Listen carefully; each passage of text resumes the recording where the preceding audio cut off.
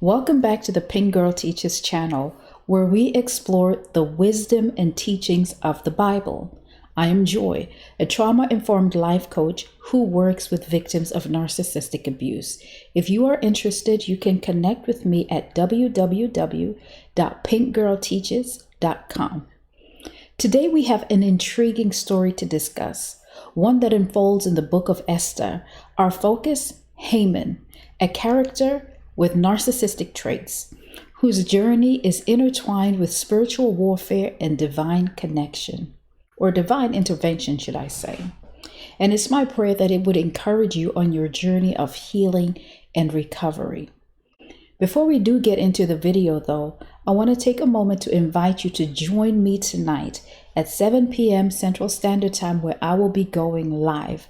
It's going to be part 1 of a 6-part series on the Marine Kingdom and narcissistic abuse. I'm going to talk about these water spirits in a way that you have never heard discussed before. Trust me, you don't want to miss this. But as for this moment, let's dive into Haman's character. The story of Esther introduces us to a man consumed by pride. Narcissist. This is not the pride that is superficial. We understand that it is rooted in evil. In Esther chapter 3, verse 5, Haman demands everyone to bow down to him. Sound like anybody you know? Because narcissists always want to be the master in your life. They want you to actually elevate them to God's status. And Haman here he makes a demand on everyone to bow down to him. And when Mordecai refuses, Haman's ego is wounded. Narcissistic injury? And this sets the stage for his sinister plans. Narcissistic rage. Right? I hope you're seeing where we're going with this.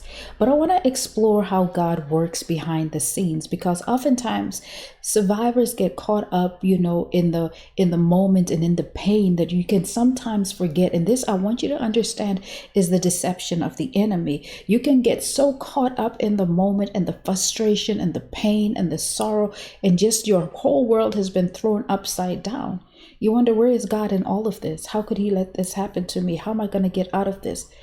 But let's explore how God was working behind the scenes in this story.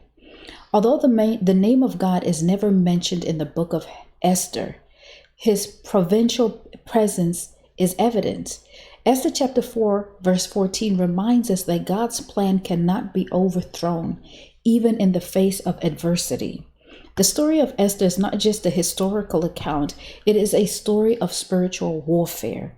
I need you to understand that the enemy seeks to destroy God's people, but through Esther's bravery and Mordecai's wisdom, they stand firm. What are you anchored in? What are you rooted in? I just want to ask you those questions for now.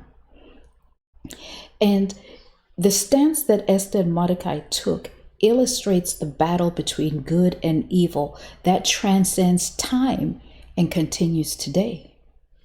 The climax of the story is the redemption of the Jewish people. Esther's courage, fasting, and prayer led to the reversal of fortunes, and Haman's evil plans were overthrown. Esther 8:17 tells us of the great rejoicing and the acceptance of the Jews.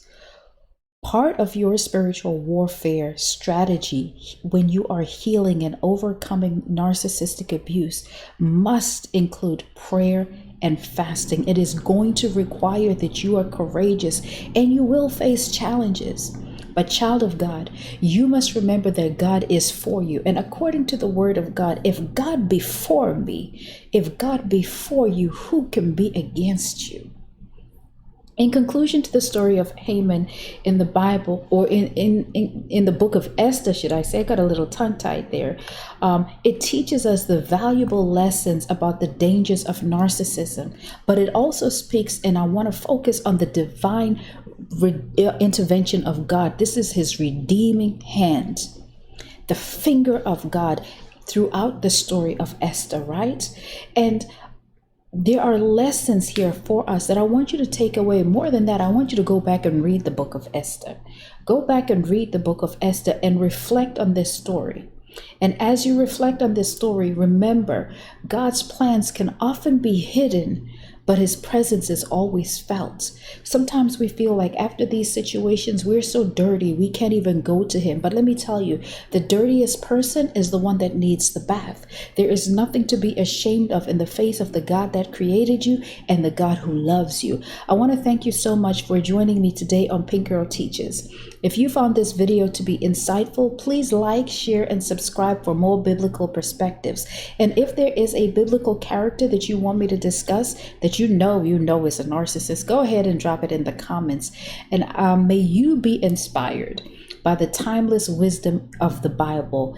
And may your Sunday be blessed with peace and reflection. And hopefully, I'll see you in the live chat at 7 p.m. Central Standard Time. Fearless one, continue to come from behind and pursue your most significant state. God bless you.